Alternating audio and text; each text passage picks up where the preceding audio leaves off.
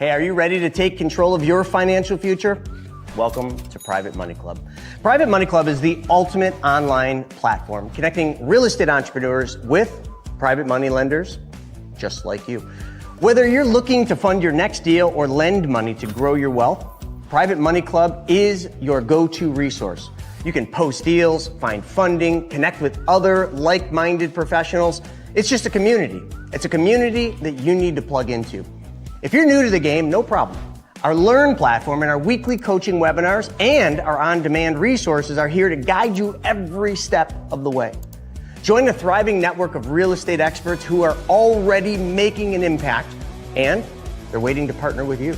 So Private Money Club gives you the tools, the training, the connections, and everything you need to achieve your financial goals. So why don't you start now by going to privatemoneyclub.com. We'll see you inside. Hey, you need to become your own bank. And it's as simple as changing one thing, and that is where your money goes first. I mean, think about it. Household debts in this country are at all-time highs. You got tons of market volatility. You got the potential for Social Security running out of money.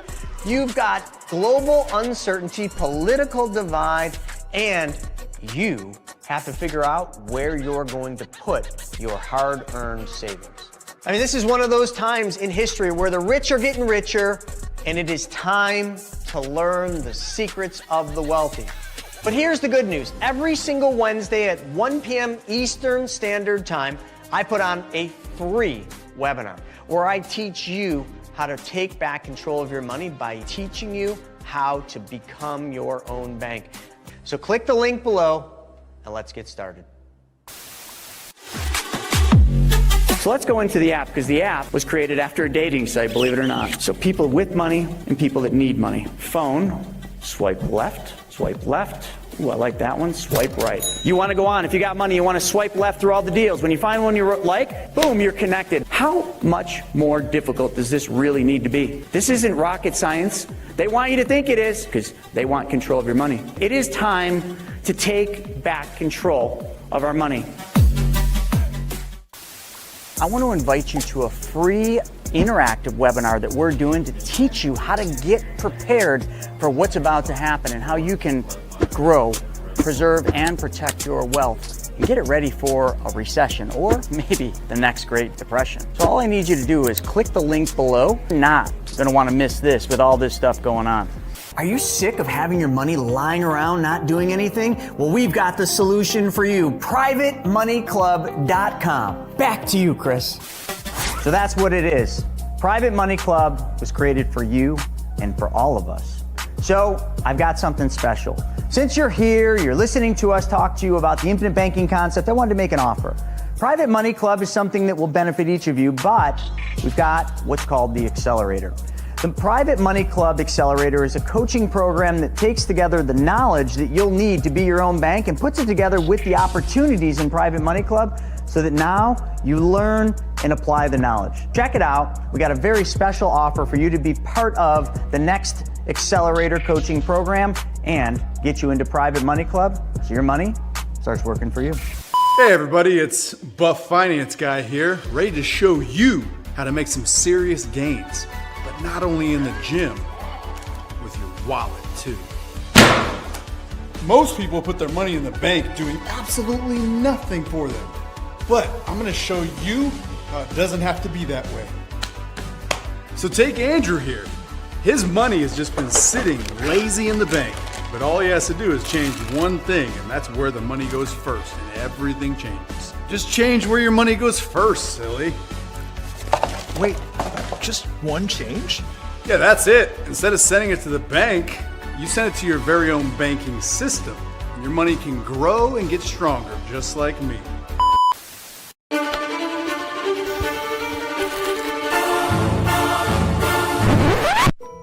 It's time for Money School TV. You heard it straight from the horse's mouth.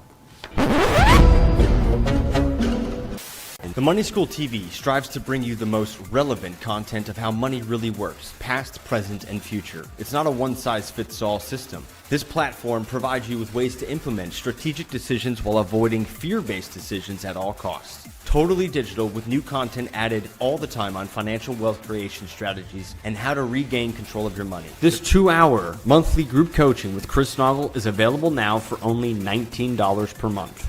This is something you don't want to miss. Click the link below to get access now. Whoa! I feel great. My money's not being lazy anymore, it's getting swole. Just like me.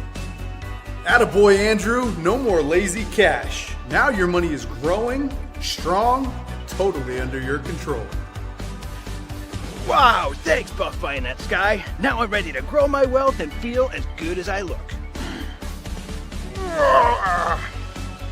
So if you want to learn more on how you can compound your money and your muscles, I'm at BYOB. You have to be a part of it. Do whatever it takes to get here. Get your ass up and come. So here we are out in Las Vegas, Nevada, at Dream Racing for the experience. We brought the whole team, the whole clan out here to race exotic sports cars like this GT4 RS. This is what making memories is all about.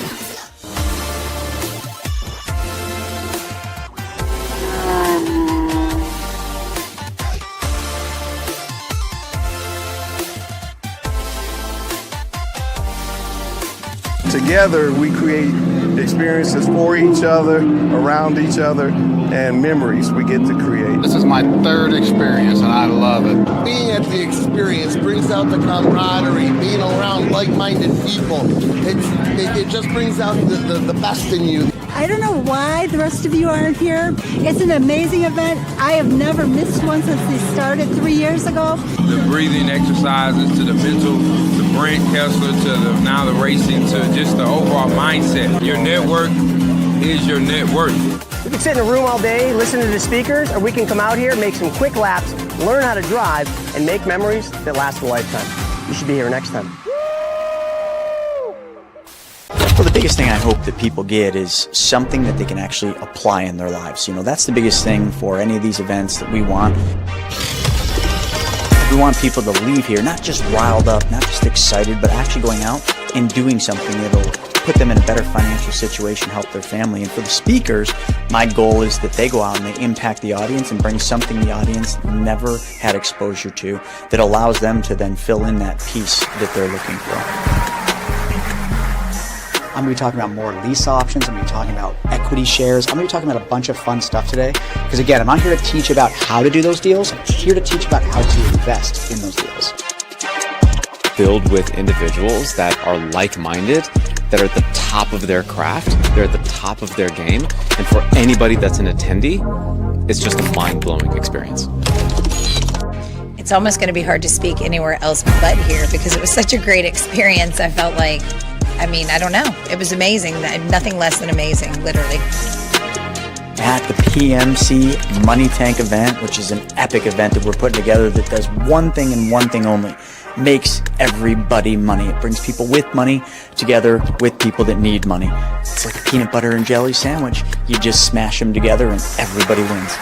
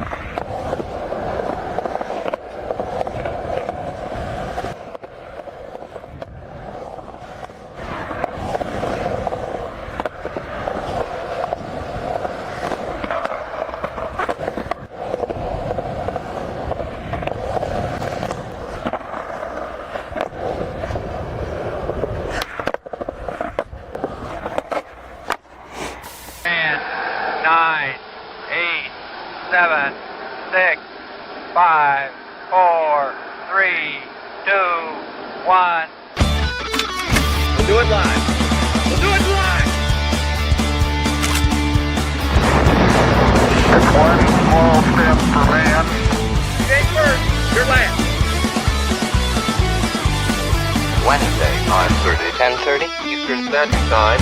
Going live!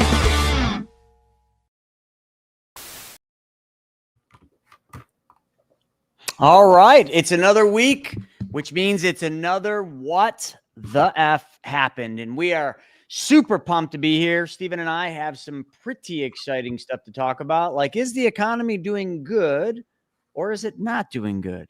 It depends on what metrics you look at. We're going to really dive deep into that. We're going to talk about what's going on in Washington, D.C., and what's not going on, or what is going on, or what's going to go on in Chicago. Those are going to be some of the hot topics we're going to hit. We're going to talk about the economy. And on this show, we always do the same thing. We rant, we rave, and, well, as you saw last week, we certainly, or Stephen certainly, will argue about what's in the news and how it's perceived. So this is going to be an exciting show for us all. So sit back, get ready. We're about to launch into this. Stephen, what do you have to say about what today's topic? There's a lot of stuff going on in the news. I mean, from stuff being thrown out the White House and everything else. But what do you think are some key topics that we want to hit on this beautiful, beautiful Wednesday morning?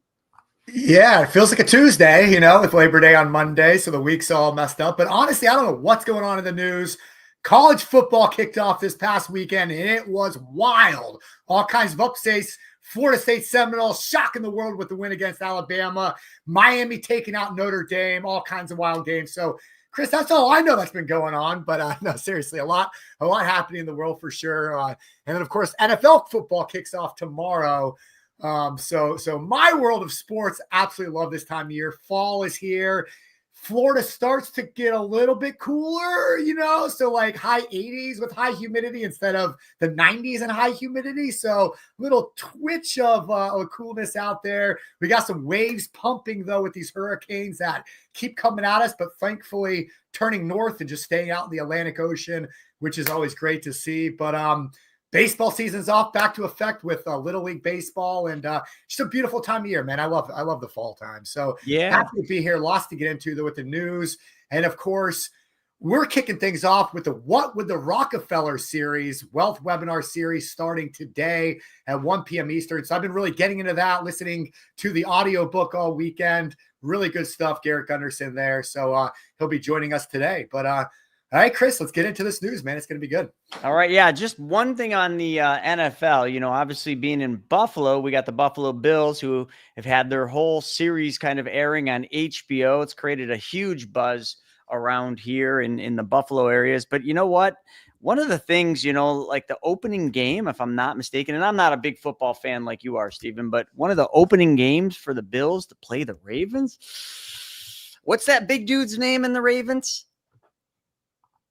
What is his name? Lamar Jackson, quarterback. Maybe that's him. I don't know. The unstoppable dude on the Ravens. But that's going to be an exciting game. But nonetheless, let's dive into one of our favorite topics. That is what the F economy.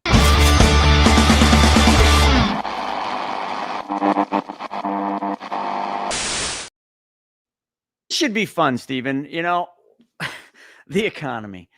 Is it going up? Is it going down? Is it just staying the same? Does anyone even know? Because I'm looking here at this article, and I'll have you pull it up on CNBC, but the U.S. economic growth was revised upward.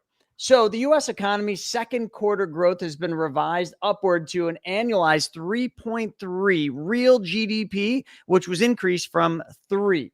Okay, a 3% to a 3.3% increase in GDP. This boost was driven by robust consumer spending and surging investments in the artificial intelligence and tech sectors. I think that sums it all up. You got the tech sector.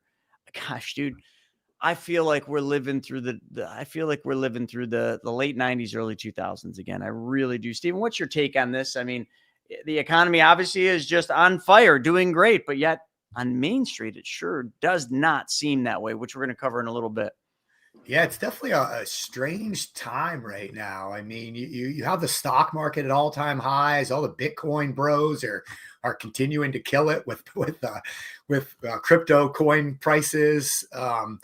If you happen to own real estate, you're very house rich. We just had a whole wealth webinar series about how to tap into that equity and take advantage of that. But for the regular everyday working person that might not have a lot of investments, doesn't have a lot in the stock market, they're really hurting. I mean, the bills at the grocery store. I mean, Chris, we grocery shop like everybody else, and I don't really pay attention to grocery prices, but when every single day it seems like it's $100 or $200 at the local grocery store. It's like, holy cow. And I have a family with a almost 10-year-old son. I mean, I have friends that have 3-4 teenagers in the house, and it's just wild. The price of cars, the price of everything just seems to be so high. And so it's definitely a mixed bag there, depending on kind of where you fall on that financial, ladder. You definitely have different opinions about this economy right now, but it's something to keep an eye on. With this report here, the economy, the revised growth up, it seems to be interesting. I'll put it that way, because over the last 4 or 5 years, seems like every single report was then, the headlines came out. It was a great report. And then a few months later, it was all revised way down. Well, now we're getting these reports. It's mediocre growth, but all of a sudden the revisions go up. Is that political? Is that planned? Or is that just the way it's flowing? Because nobody could read what Trump is doing, but it's definitely something interesting, right? Yeah, we're going to talk about a lot of interesting stuff with Trump and the federal appeals court and tariffs and all that stuff. We're going to get into that. But, I gotta say, we talk to a lot of people every single week. I mean, hundreds of people. And, it's very skewed. It's very strange how people are perceiving the economy. Some, like, their business is doing great. And for others, it's just awful. Like, anybody in real estate right now is feeling the severe pinch. And it's been like that in real estate. I mean, real estate has been a really tough sector for going on, last couple of years. Some people are raving, it's, doing great. The price of real estate's never been higher, but things are slowing down there big time. The home builder sentiment's hurting a little bit, but yet contractors still will blow you off when you call them up to have them come out and give you a quote. They'll still not show up. They're still saying they're so busy, but you know what? It's a lagging indicator, because they're dealing with jobs that they took in contracted maybe a year ago or 6 months ago. But when you really get out there, like you said, to the grocery store, to the restaurants, just in everyday life, you are hearing it. People are stressed. People are relying on credit cards. I mean, I just was meeting with a gentleman the other day. I mean, they're literally living on a credit card right now. Some things going on, but that makes perfect sense, because when you look at the credit card or the debts for American households, they're the highest they've ever been. But debt to asset ratios are one of the lowest, because the assets that Americans are holding are significantly appreciated, whether that be stocks or Bitcoin or your home. All those things are appreciated, but yet the cash, that's the big thing. The cash flow is just not there. So people are relying on debt, on credit cards, and it's just, it's all going to get to this point where it's just got to pop, right? Like the economy can't continue to grow and remain overheated, and you can't go on with the longest bull run in history without something happening. But the big question, the million or billion dollar question, is when? And nobody can answer that. Nobody. Yeah. And right as you say that, this pops this morning, breaking news, Alphabet stock pops another 7% after the Google avoids breakup in an antitrust case. And, we've been talking about the magnificent seven that, lead the way in the S&P 500. And Alphabet's obviously a big part of that. And it just continues to climb, continues to pump the markets up. And it's pretty amazing. And I don't know much about the antitrust case. Chris, do you by chance? No, I really don't. I mean, I didn't follow any of that, but obviously, all done now. But I mean, Google's got so much money. I mean, how much of that was just paid off? Right. Exactly. And that's what I was wondering, it says, what does that actually look like in real life? I mean, that means Google will still be able to pay Apple the billions of dollars it does to be the default search engine on iPhones. I mean, Google will not have to divest from Chrome. I mean, now, what do you think about these antitrust cases? I mean, to me, it's like Google's built this. Why take it all away from them? I believe that happened back in the day with Microsoft, right? When they got broken up, or, I mean, I can see both sides of it. It's an interesting American law, though. I don't really know how to say that. I mean, I see both sides of it. I certainly do. I see where they could be viewed as a monopoly, but I also see that there's competition, very prevalent competition. And hey, it's capitalism, right? That's what America should be. I'm not going to say that's what it is, but it's a capitalistic, country. Well, I say that very loosely these days. But let's move on to the next thing, Stephen. We just talked about how the economic numbers have been revised upward and everything's doing good. But you'll notice that everything we just said was AI and tech and tech and tech. Stocks. Yep. The Magnificent Seven. But let's flip over to the other one where we talk about U.S. manufacturing it's contracting for the 6th straight month. And I love how all the news stations throw in there, oh, the tariff drag.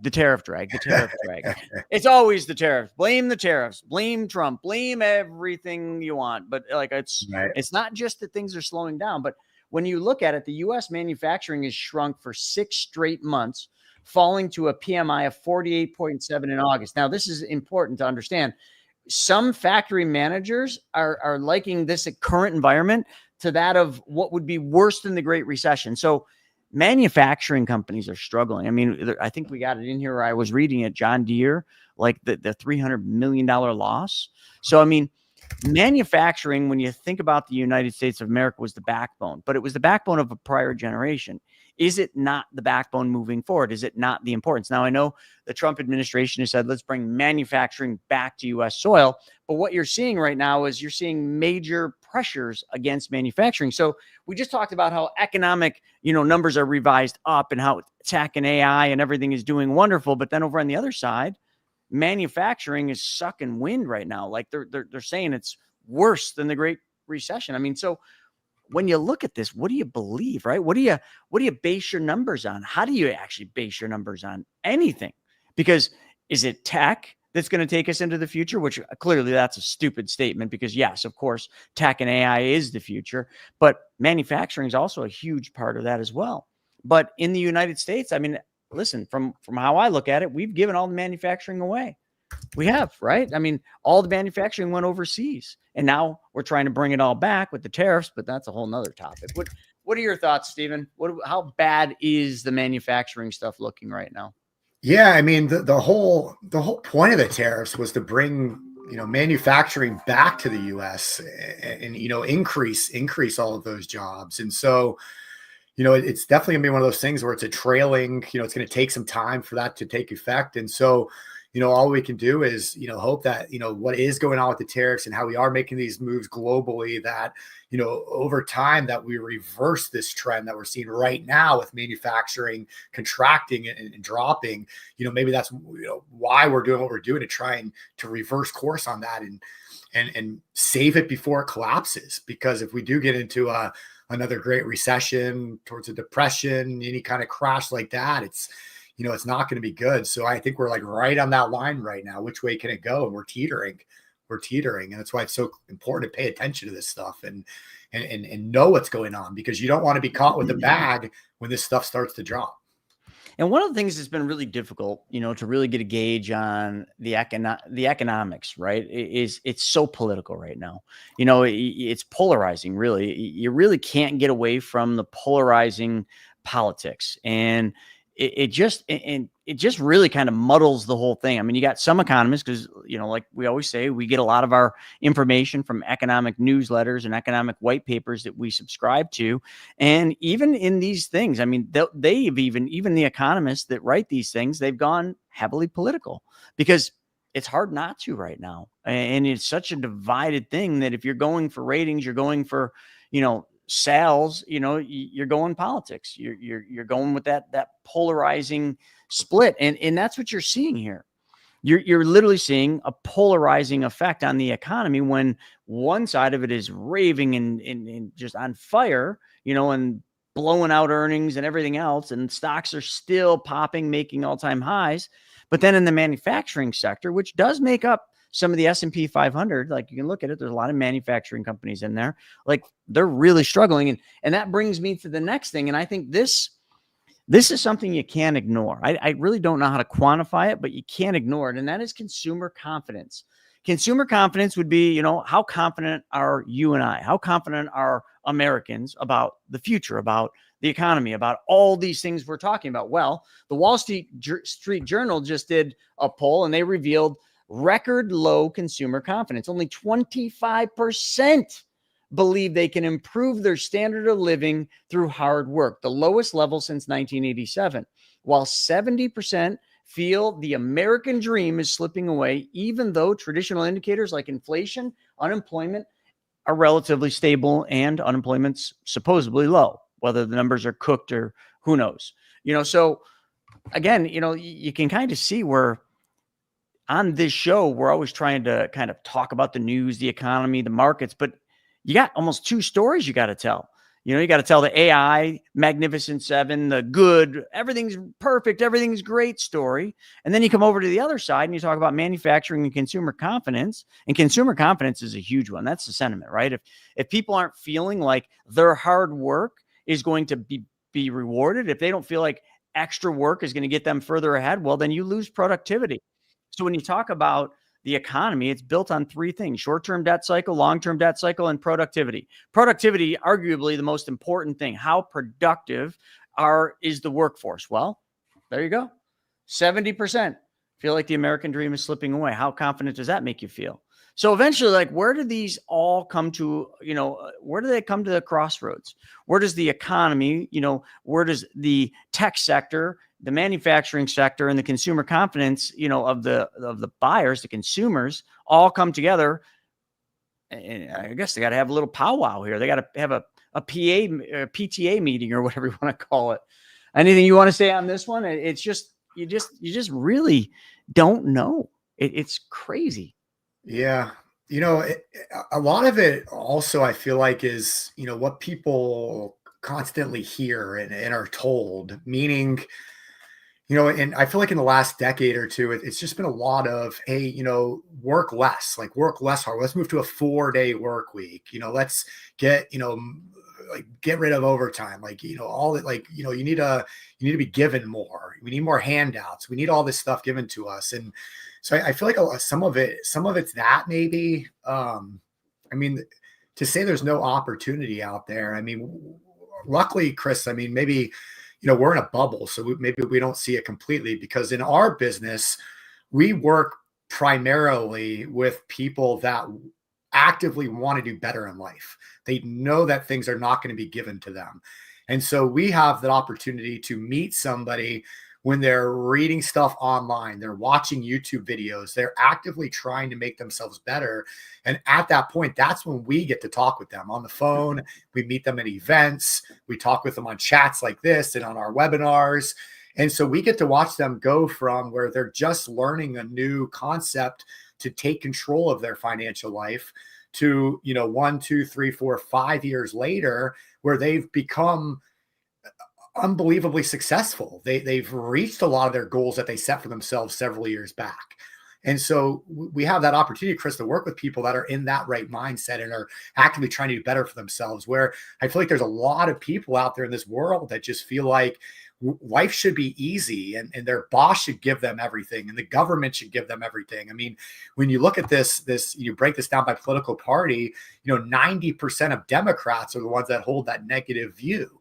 And if you look at what the Democratic platform is today, it's socialism. It's everything's given to you. You don't have to work hard anymore. And so you see those numbers kind of correspond. And to me, that's the wrong direction that we should be going in as a country. So I think that's more the fundamental, on all of this. But it's my thoughts. No, I agree. And, we did an awesome webinar last night. We got to talk to a lot of people, and so much of this consumer confidence that we're talking about here comes down to mindset. It's really just people just have a negative mindset. But I want to go into one thing that, I've seen this throughout my life, but I've seen it more in the last 2 years than ever before. Actually, I would say the last 4 years, more so than ever in my life. And that is, if you give people something for nothing, they just don't value it. It becomes, it was once a luxury and now it's just expected, right? So when all these handouts started happening, we'll go back even a little further to COVID, it just sort of built this mindset of entitlement. And I'll tell you this right now, we've been talking about this a lot internally, and, some of about, like the software that we've created called the Vault, revolutionary software, going to change the infinite banking community and infinite banking, entire industry forever. It's that revolutionary. But when we were talking about it, we initially did a beta test and we gave it to a whole bunch of people who said that they wanted it, said that they would test it. We gave it to them for free. And less than 2% of all the beta testers that we gave the software to for free even logged in. And then of the ones that logged in, they barely used it and they barely gave us any feedback. Then, way ahead of schedule, we did a super soft launch of the vault and we put it out there and we charged. Okay. And we had a tremendous response to that. I mean, it was like not even an effort, but a bunch of people got in, a bunch of people paid for the membership. They are using the hell out of it and giving us tremendous feedback and literally using it to better themselves. So think about that. One group, if we did a test and we said, okay, one group was given this amazing revolutionary software completely free, and all these people said that they wanted it, but they hardly used it. Then on the other side, we charged another group about the equal size, a monthly charge for the software, and they're using the hell out of it. So when you take that down to like the state of the, economic landscape and just the state of where we're at, just as people, when people are given something that they didn't have to work for, it becomes expected. They have no value for it, and they start expecting more and more. And Stephen, you just summed it up. That is literally where we are at. A bunch of entitled people that want everything handed to them. And I'm not going to take sides, but the numbers don't lie. 90% of Democrats feel that, that everything's falling apart. 55% of Republicans that felt the same way, but I have to believe that's a lot of it. Our ancestors, our grandparents, man, they worked their tails off. They walked to school up a hill both ways. You guys have all heard that. But you know what? They understood the value of hard work. They understood the value of productivity. So when you look at the economy and you look at what's going on, like, doesn't come as any surprise. We've literally built this into people that they should just be given things. I don't know, Stephen. I know that it would piss some people off here, but it's the truth. And sometimes the truth hurts. Yeah, and it starts with the top. I mean, it starts with our political leadership. And unfortunately, it's almost become a game of reality TV. I mean, even Donald Trump, literally was a reality TV star, but we see it now throughout politics, whether it's, people in Congress, whether it's senators, whether it's Congress or council people. I'll play this quick little short video. It's 40 seconds long, but this is a Los Angeles, California. So Los Angeles, one of the largest cities in the world. So this is a Los Angeles City councilwoman, talking about how her contribution to housing affordability in LA was to convince a developer to reduce from a 6-story housing unit to a 3 stories and using the extra space for EV chargers. Just watch this for a second. And this is the people that are leading us. Great. That's important. But are you focused on what will ultimately make California affordable for the people in your district? Well, I am. By law, I really have no jurisdiction anymore because it's an ED1, right? But we still, as a team, got together with the developer, the high school across the street, other stakeholders. And instead of building something that was potentially 6 stories, we got it down to 3 stories. And we also got the developer to also work with us to make sure that it helps the families of the area. We also said, instead of a ton of office space, we do want you to also incorporate a few more parking lots and EV chargers. So yeah, there's some developers that have built housing. You see the guy on the left, he's rolling his eyes. Oh my gosh. What? So just like these people that are now in charge of making these rules and laws and zoning and all this stuff just are completely clueless to the real world. It's wild, man. Unbelievable. I'm not even going to comment on that. I'm just not. Yeah, I love Wendy up here in IG said the 4-day work week aligns the time differently, not necessarily less work. They are 10-hour days and finding success in Europe. So I've got no issue with that, none whatsoever. And Wendy then said, don't know if this would work in America, just mentioning. So it doesn't matter how many days a week you work. Productivity is productivity. And down here, I can't remember who said it. I think it was in the comments here. Shane said, I noticed the incentive to work is gone. Everybody gets paid the same to do the job, even if your skill set produces more for the company. The value of having an absolute machine on the team is not rewarded. While they just do enough to get by, people don't care and receive the same paycheck. So here's what I'm going to say to every single one of you listening. We got a pretty good audience here today. In my opinion, this is just my opinion, there's never been a period of time in history ever that has presented a better opportunity to get ahead, to rise above, to make more, to build wealth, to be what you want to be in life and to get what you want from life. Because we literally live in a society where people are just doing just enough. And all these stats go into this. And listen, like, it's not what I'm carved from, and it's not what my team is carved from. So we all don't even understand this mindset. But the idea of you go to work, you just do just enough to get by, and you just punch in and you punch out every day, and all you're doing is just enough to do the bare minimum so you don't get fired. But then let's just say somebody joins an organization, and they're somebody like all of you, a go-getter, somebody that really, really understands the value of productivity and wants to get ahead. And they come in and they do 1% more than everybody else. Fast forward 2, 3, 4 years, that person that did 1% more, where are they at? They're probably the CEO of the company. Think of how easy that was. That was 1% more than everybody else. That is how easy it is right now to get ahead. I mentioned this before, but I was at a fair a couple weeks ago, and we're walking around, and there was this young kid working for one of those window companies, and all of you have seen those. And this kid came up and literally found commonality with me, with something. I think it was like what I was wearing. I had like a tank top on, but he found commonality, immediately hooked me there into a conversation, started talking about Windows, but in a completely different way. I told him our Windows are relatively new, but he continued. He didn't just stop right there, because that would be doing just enough, right? If I tell you I'm not interested in Windows. He pivoted the conversation to something completely different. And I'm like, wow, this guy's good. Continued to relate, continued to be able to keep the conversation going. That was 1% more. I would hire that dude. That dude will go on to make hundreds of thousands of dollars because he's doing just a little bit more. Because the other guys at that window place, where they were just sitting there, and they would say, hey, Windows, anyone need Windows? How old are your Windows? They would do just enough. And then there was this one guy that did just a little bit more, and he stood out. Think about that, folks. Just like let that sink in. You just have to do a little bit more. You just have to do what everybody else is unwilling to do, and you will rise above. It will take some time, okay, but you will become the leader.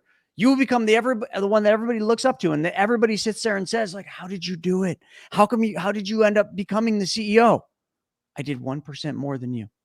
I did what you were unwilling to do. I stayed 5 minutes later, 10 minutes later, an hour later. I showed up 15 minutes earlier every day. I worked through lunch when you went off and did lunch and spent the money. I saved it. Like, think about that. That's it. Crazy to think like that. But it's also crazy to think like that because, listen, I will tell you something right now. We touch tens, if not hundreds of thousands of people on a weekly basis with our marketing. And we've got this amazing event coming up. Okay. It's this 2-day infinite banking intensive. That's what we're calling it. Okay. It's basically a deep dive into infinite banking. We got our entire team together, and everybody said, hey, this is what I feel I'm an expert in, and I'm going to cover this topic. We've never done it that way. It's always kind of just been, we've just talk through the whole thing, where now each of our team has gotten the ability to rise above, to talk about the one thing that they feel they can make a difference in, the one thing they feel they're strong in. And we're doing this for 2 days. This IBC training that we're doing, we've never done something like this. It's $47 to attend. Why is it $47? Because we literally talked about doing it for free. But you know what? People that we do 6 webinars every single week, totally free. This one, 2 days, $47. It's just enough to get someone to take it seriously, because if they pay for it, like I said, they take it seriously. And just the results we'll get from this 2-day, we will change people's lives. Stephen, do you want to talk a little bit about what we're doing? Because it's coming up soon. So folks, if you haven't heard about it, now would be the time to get your tickets. And some of you are going to be like, oh, I can't those days. I'm busy. I got this. Excuses, but that's fine. we're going to record the whole thing. We're going to edit the whole thing. Sean is going to timestamp it. So you can pay the $47. You'll get all the recordings. You can use them forever, share them, give them to your family, whatever you want to do. And they will all be timestamped so you can watch just what you need when you need it. Yeah, it's going to be good. I mean, just to kind of give you a quick little like agenda of what's going to be going on. You know, we're going to open up talking about money flow and control. We're going to get into mindset. You know, what does this look like for you? Different ways to like kind of envision, because when you change your mindset, you know, it helps when you can kind of have a vision of what that looks like into the future. And so we're going to spend some time at the beginning really setting that up. Like, where are you now and what can that look like moving forward? And to me, that the roadmap of it is just as important as the actual implementation of it all. So we want to make sure we set the stage right from the very beginning. And this does start on Friday, September 12th. So coming up in just 2 weeks, Chris, 2 weeks at 10 a.m. Eastern. So we're going to kick it off first thing in the morning, and we're going to go right through till the end of the day with it on both days. So we're going to get into the mindset. We're going to talk about probability. You know, what does this look like? How IBC actually works without the fluff. So, you know, 2 days sounds like a lot of time, but we could teach this class for 2 months. Like, the amount of knowledge that our team has, Chris, like, so we want to really break it down and just give you no fluff. Like, this is exactly what's going on. We're going to talk about how the policy, everything, how it's simplified with the vault. We're going to talk about different threats, how debt can be the number one threat in your life, and how to actually use your debts and expenses to build wealth. We're going to talk about emergency funds and family protection. So what it looks like having a hierarchy of needs, which I think is a really, really cool segment that we're going to do. Of course, we're going to get into real estate and how becoming your own bank is so important when it comes to real estate investing, and what it can look like whether you're on the active or the passive side, because so many people think, oh, I can't do real estate investing because I don't have, you know, hundreds of thousands of dollars to fix these houses, or I don't have money to go out there and buy these properties, things like that. Whether you're on the active or the passive side, you don't feel like you have the time to do it. You know, there's different strategies. So we're definitely getting into a lot about real estate and what that looks like, regardless of where you're starting right now today. We're going to talk about retirement and one of my favorite topics, which is legacy. So how we're actually going to create legacy. And that's all only on day one, Chris. And then we're going to get into some of the technical sides of how these policies are funded and different types of policy designs to meet different goals that you might have, depending on what you're trying to accomplish. What if, you know, life happens? So what are those unknowns that could occur, and how does that affect what you're doing by becoming your own bank? How to start scaling your systems. So we're going to talk about family banking, stacking policies, how to grow your banking system. And then we're going to talk about money with a mission. So writing that family constitution into the future. So those are some of the topics we're going to talk about during the 2 days. We'll be there the whole time. Our team will be there the whole time answering questions. So really looking forward to a couple weeks from now and really launching that. It's going to be, I think it'd be safe to say it'll probably be the best 2-day virtual training we've ever done, Chris. Yeah. So what all of you need to do is go to that website, beyourownbank.com/BYOB, and just get your ticket. That's it. That's in order. I had to try that anyway. All right. Well, let's move on to What the F USA. USA. My fellow Americans. So you know the thing. Oh, I love this topic, Stephen. This is my favorite section. They're all my favorite, but this one definitely, you know, because we get to talk about what's going on. We get to rant and rave about what's going on U.S. soil. And dude, I haven't really dug deep into this, and I know we kind of had like a little sidebar with our friend James, you know, who comes from the Democratic side of everything. We had him on last week. Some of you loved it, some of you hated it, but it was fun. It mixed it up, right? We had some nice. He did. Just so you guys know, if you're looking for James, he said he'll be back on September 17th. So join us September 17th for another fun. And I have a bunch of stuff. I didn't know if it's going to be on today, like going back to what we talked about last week with Chicago and Baltimore and some of these different cities. I know we're going to hit some of it today, but I do want to save some of that because I don't think it's fair without his responses. But we're running a little behind here anyways, Chris, so maybe we can skip some of that Chicago stuff. But yeah, having James on is a lot of fun. He's a great guy. So if you guys don't know James, he's the He's the mind behind a lot of Chris's Instagram content, a lot of the stories that are posted, and James is always out there. He does a great job with content of that nature for sure. He knows his stuff. But all right, go ahead, Chris. So this is an interesting thing, and I'm sure you've all seen it. Like we got all these tariffs going in, and Trump's out there, making deals happen, playing the art of war or the art of the deal, whichever one you want to do it. They're basically the same. And he's making these deals that are, getting commitments from these countries to bring billions and billions and billions of dollars of business here, and not just business, but industry here and manufacturing here and all this stuff. And he's doing it with tariffs, and the tariffs are raising tens of billions. And I don't have the exact number, but like definitely moving the needle. And we can see in the past, the tariffs have been very positive from a standpoint of revenue for a country. But then all of a sudden you've got, everything's going well. You see Trump out there making his rounds, going to all these countries, speaking to world leaders and striking deals. And they both seem to be like super psyched about it. But then all of a sudden on our own freaking soil, we got the federal judges coming in, the appeals court coming in saying it's illegal.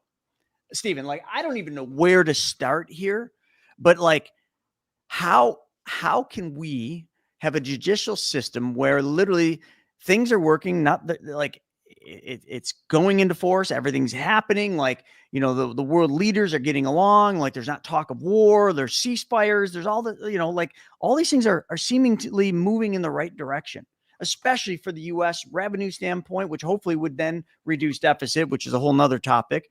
But now all of a sudden, they're literally stopping it. Right here, a federal appeals court ruled that President Trump's unilateral imposition of broad tariffs was illegal, prompting a push for a rapid Supreme Court review. The decision threatens a significant portion of anticipated tariff revenue, roughly half of this year's and 70% of next year's, triggering massive market turbulence. Of course it's going to. And Trump responds, he's going to ask the Supreme Court for an expedited ruling to overturn this appeals court decision. Like, how can that even happen? Like, everything's going, like, deals are made, things are happening, commitments are pledged to bring business here, and then our own court system steps in and says, oh, it's illegal. And James had a unique take on this. He's like, oh, there was prior deals done, blah, blah, blah. Like, who cares? Like, where did anyone have an issue with this? And why now, after all the deals are inked and struck and done, now our own court system, I'm sorry, this fucking pisses me off. Like, Stephen, does it piss you off? It just seems like complete, utter nonsense. And maybe I'm missing something here. Please, if somebody has info that I don't, like, what am I missing here? It's so you have to kind of take a step back and look at the last, I don't know, several decades, I guess, and the trend of the way that American politics has gone. First off, it's become much more divisive, much more tribal. You're either on one team or the other, but more, fundamentally, the more fundamental issue over the last couple of decades is we've gone away from, single issue voting and single issue bills. And we've gone to these big, we talked about last week a little bit, these big omnibus packages, these big, huge things that we vote on that are just full of tons of different laws and different everything, trillions and trillions of dollars we vote on instead of single voting. And so it's hard to pass some of that stuff. It's hard to do it in a timely manner. We can't pass law. So what the presidents have done over the last couple of decades is they've moved away from allowing Congress to make laws, and they've moved into this world where everything is done now through executive order. Now, the issue with executive orders are anybody can do them and anybody can cancel them. So all the executive orders that Trump is doing right now, let's say a Democrat president gets in a few years from now, he can simply, with the strike of a pen or an auto pen in Biden's case, he can change all of those right back. He can create his own. So we've gone away from really the three branches of government and Congress setting laws and making laws to the president striking a pen and doing these executive orders. So to me, it's we're going to continue to see this where, the presidency says one thing, then the judicial branch comes in and these judges, change it. And because it's so divided right now and so political, anything that a judge can do that's on one side of the aisle, even the judges are supposed to be, bipartisan and all that. Obviously that's clearly not true. And so they come in and they do this, and it's a fundamental problem. And I don't think we see a solution. I don't think it's going to get better. But I don't know where it ends. Like, I don't know how we get better with it. So it does piss me off because, you think that the president has to control. The tariffs are good. It's making things, heading the country in the right direction. But then this political judge comes in and just completely reverses it. But we'll see what the Supreme Court does, because we still are a country of laws and fundamentals. So it gets appealed up to the Supreme Court. Let the Supreme Court make the ultimate decision. So we'll see what happens with that. Yeah, it's going to be really interesting to see how the Supreme Court looks at this and how they rule on it. And, it to me, and this isn't the only example. Listen, like we're 9 months into 2025. So we've got 9 months here. Like, there's no surprise here that these tariffs were happening. Everything's been moving in the right direction. And now, all you've seen is these lower courts just kind of come in there and just make noise and try to stop these things. Literally, like, if you've got a president running a country, yes, I know there's rules and all stuff like you were mentioning, but trying to make things better. And then all of a sudden, like they always said, like, the United States or any power, any, governing or not governing power, any country, I'm trying to think of the way to say it, but they're destroyed from within, like Rome, like from within. And you see this happening like live. It's like watching a sitcom. It's like watching a Netflix show. Like, literally, you watch the United States be gutted from the inside out. The other countries like Russia and China and India, like, they're sitting back just being like, I'll just let them destroy themselves. And that's exactly what's happening. It's sick to see it happen, especially when you got a lot of forward momentum over a 9-month span of like just sheer negotiating skills. I mean, and then all of a sudden the courts come in like, it's illegal. The other countries didn't seem to really mind. They are actually seemingly happy, or at least so it seems, but I don't know. What do you even believe? So I don't know. More on this later. We're going to continue to cover this. Obviously, it's going to be top news, I'm sure for weeks to come, and it's all going to come down to the Supreme Court ruling as to whether or not is this illegal, or are they going to grant it? I mean, can the president even run the country anymore? Like, does the president even have the power to be the person who runs the show? I don't know. Doesn't almost seem like that.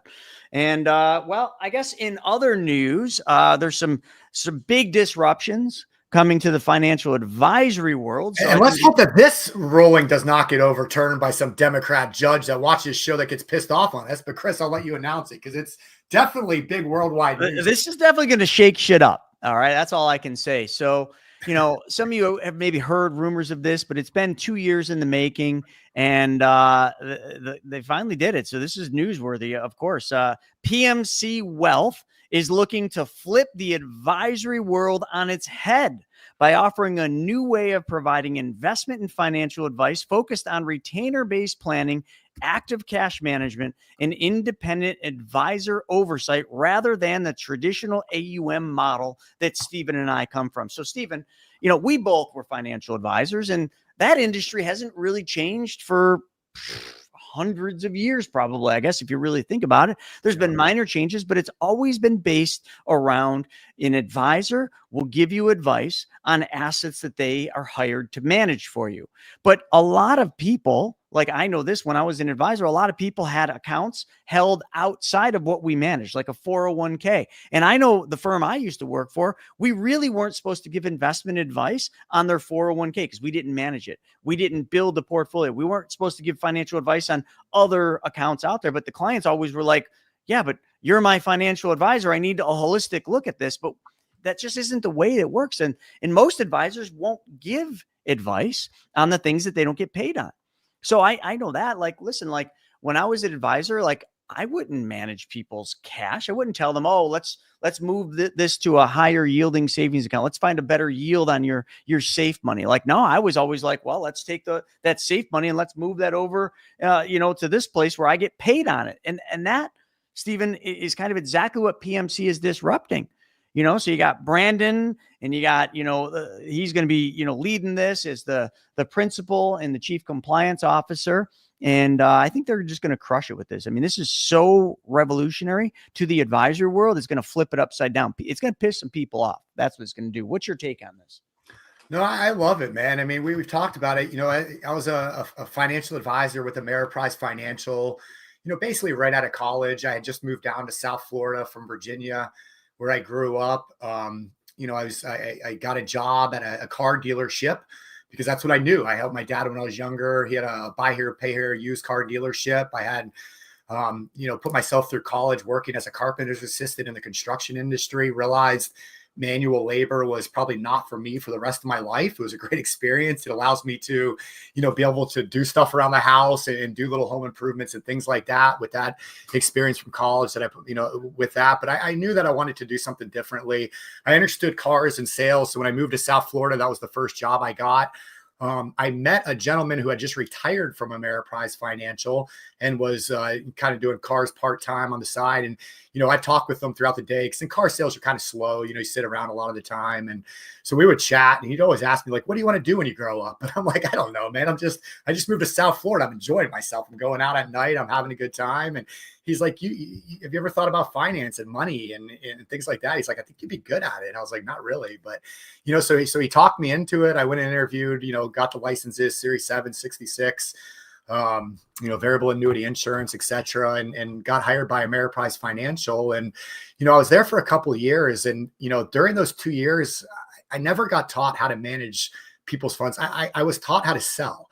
I was taught how to cold call. I was taught scripts. I was taught how to promote and sell their products, Riverside Annuities, Riverside Funds, you know, everything that Ameriprise Financial offered. Like you said, not advising on other investments and things like that, but it was all about sales. And so obviously, you know, I left that, got into real estate investing, and the rest is history. It's why I'm here today. But, you know, with that experience, it really opened up my eyes to the traditional financial markets and what that looked like. And Chris, I know you did it a lot longer than I, 16 years with New York Life. But, you know, at the end of the day, that's what PMC Wealth Advisors is all about. It's where are you now? What do you want to do? And let's advise you on that. I mean, how many people are part of Private Money Club and they look at these private funds and they look at these different syndication deals. They look at all these different options out there for investing in real estate, but have no understanding about it. But who do you go to for help? A traditional advisor is not going to show you how to invest in somebody else's real estate deal, right?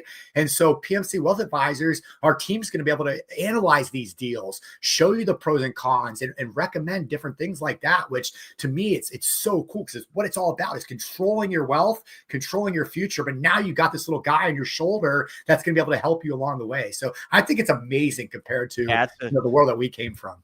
It's a complete disruption. And, you know, I know that's, you know, I've talked to Brandon a bunch about it, and that's exactly why it took so long to get PMC Wealth up and running and get it to this point where like they're boots on the ground now. Like they got all the stuff they need. They're PMC Wealth is ready to rock.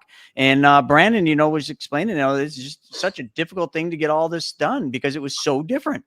You know, in the advisory world has always been, this is the way we do things. This is how it is. Like you either comply or like, you're not going to do this. And they kept pushing through and they got it open. So PMC Wealth, man, kudos to them. Go get them, boys. Go get them. Because that industry needed a disruption. So super pumped to talk about that. But let's change gears a little bit. And let's talk about downtown, or we can talk about downtown, but we're going to get to Chicago in a second. But let's talk about travel, international travel, way down. You've seen that, Stephen, right? The travel to the U.S. and anywhere else this summer has been way, way down. I think people are scared to travel right now. You know, like all the stuff. I don't know if it's just a thing, but like every time I seem to turn on Instagram, you see another picture of a plane like going through just crazy turbulence. And I know, you know, Sean and I were on a flight to Aspen a couple of years back, and dude, we were kind of circling around the Aspen airport, and every time you'd circle, you'd go through this crazy storm and you just see it coming and you got in it. It was just like, oh my gosh. You know, I know like for pilots, they're like, oh, it's just normal. Like the plane's not going to fall out of the sky, but like, any of you ever been through severe turbulence?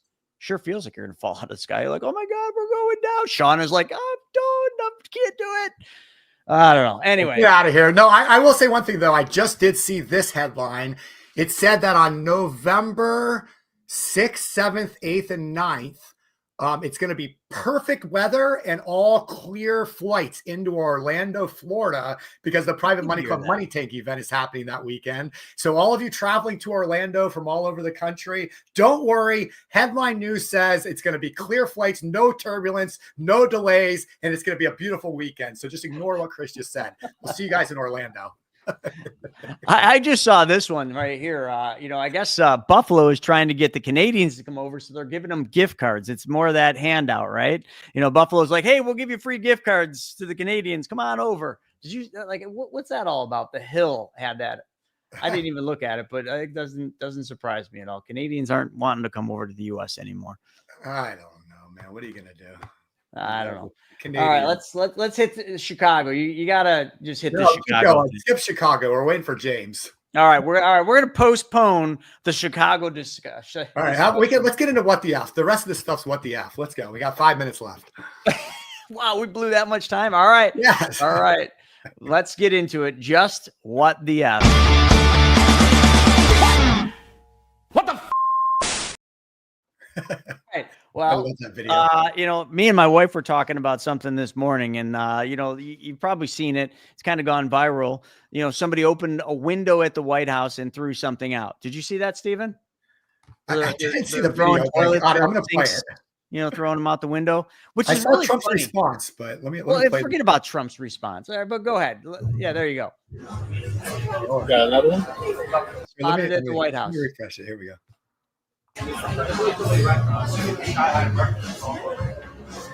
Opens. Did you see it? But the window didn't actually open. Did you see that? Yeah, let's stay in that little house. Watch this closely. Close the window. Right now, right? Oh, there you go. You got it. Must have been Trump getting thrown out the window. All right. So first off, let me just give you some facts, and you can all do your due diligence. But I feel like we live in a time where people just don't do any due diligence. They just accept these memes as reality. The White House windows do not open. They are bulletproof. They do not open. Period. End of story. Like, there is no more discussion. You can't open windows at the White House. Go back in time. Look for any other time like where windows are open at the White House. They're bulletproof glass. They don't open. I'm sorry. You're not throwing anything out the window. Discussion over. Unless Stephen has something else. Well, that window did actually open. Well, that's what Trump. I mean, Trump is what a comedian. I mean, the guy just has the answer to everything. He looks at it. He's like, people are fucking stupid. That's what he's thinking. It plays into it. Right now, of the White House, where a window is open to the residents upstairs, and somebody is throwing a big bag out the window. Have you seen this? No, that's probably AI generated. Actually, you can't open the windows. You know why? They're all heavily armored and bulletproof. So that's a fake video. Well, it's got to be, because I know every window up there. The last place I'd be doing it is that, because there's cameras all over the place, right? Including yours. No, but every window, I've never seen a window that's, in fact, my wife was complaining about it the other day. She said, love to have a little fresh air come in, but you can't. They're bulletproof. And number one, they're sealed. And number two, each window weighs about 600 pounds. You have to be pretty strong to open them up. No, that has to be. Where was the window? Let me see.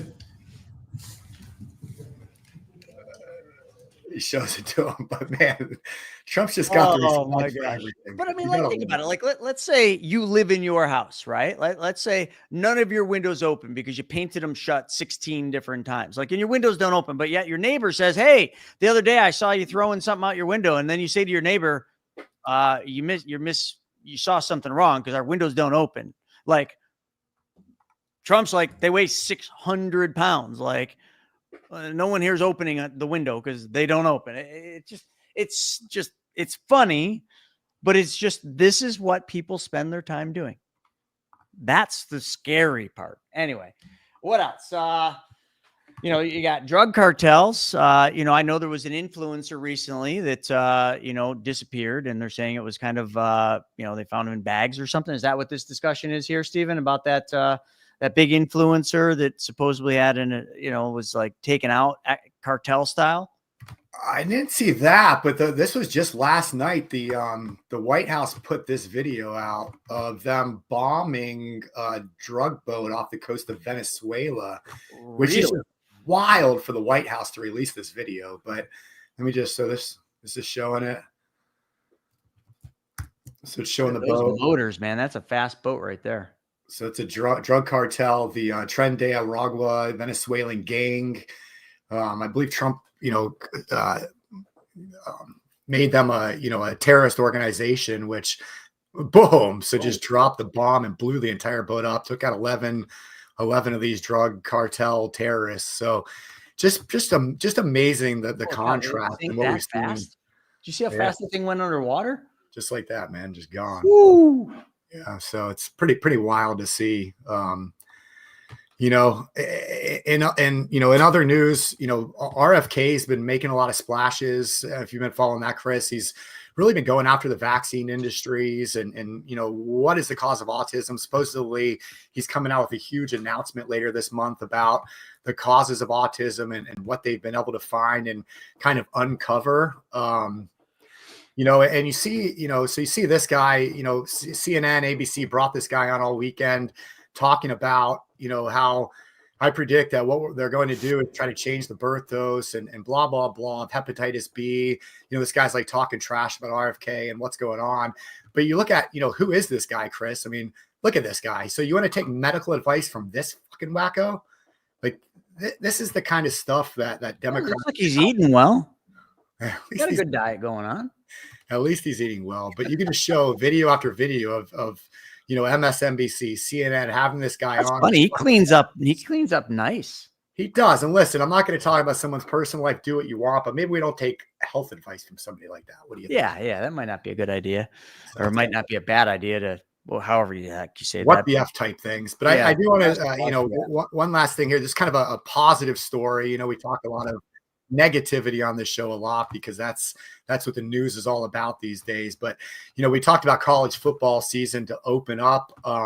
Somebody that I used to dislike kind of a bit, Mr. Tim Tebow, of course, known to be a Florida Gator, beat the Seminoles up, and then famously was the quarterback for the Denver Broncos in a playoff game that put the Pittsburgh Steelers out that season. Again, I'm a big Steelers fan, so not the biggest fan of Tim Tebow, but I had the opportunity to beat him a couple years ago. Unbelievable guy in real life. Just he really stands and believes in what he believes in, and we're going to meet him again.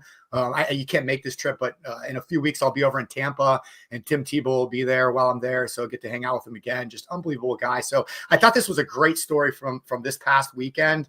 He was up in he was at the Tennessee Syracuse game, and they brought him out to open up. So I'm just going to play this, Chris. It's 50 seconds, but in 2025 you don't see this often anymore. I just thought this was a really cool thing that they did, and Tim Tebow was able to do in front of 100,000 fans.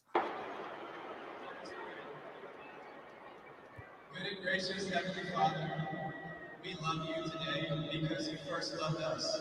We love you because while we were yet sinners, Christ died for us. And we thank you today that you sent Jesus on the greatest love story rescue mission of all time to do for us what we could not do for ourselves, to go to the cross and defeat sin and death and do it for us on our behalf. And we thank you for that.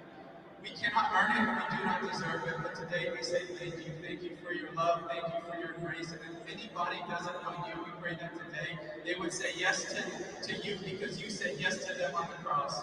We love you because you first loved us, and we are beyond grateful. Thank you, Jesus. In Jesus' name we pray. Amen.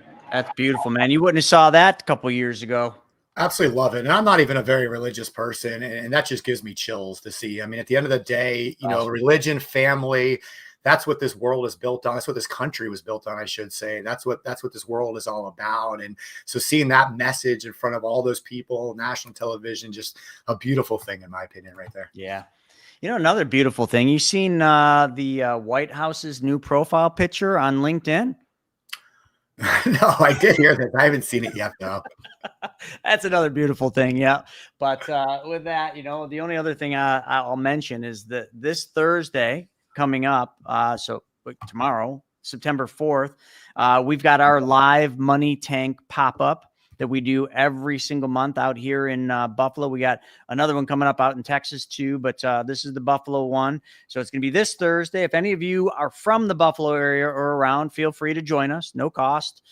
6 p.m. and we go usually till about 9. It's a great networking event. We got a really cool topic this week. We've got a contractor, we got a big house flipper, and then me all kind of, doing a whole training. But you know what? Listen, a lot of you don't live in Buffalo, New York. I get it. So you can all join us virtually by going on to my YouTube channel at the Chris Naugle, and we'll be streaming live to YouTube, to Facebook.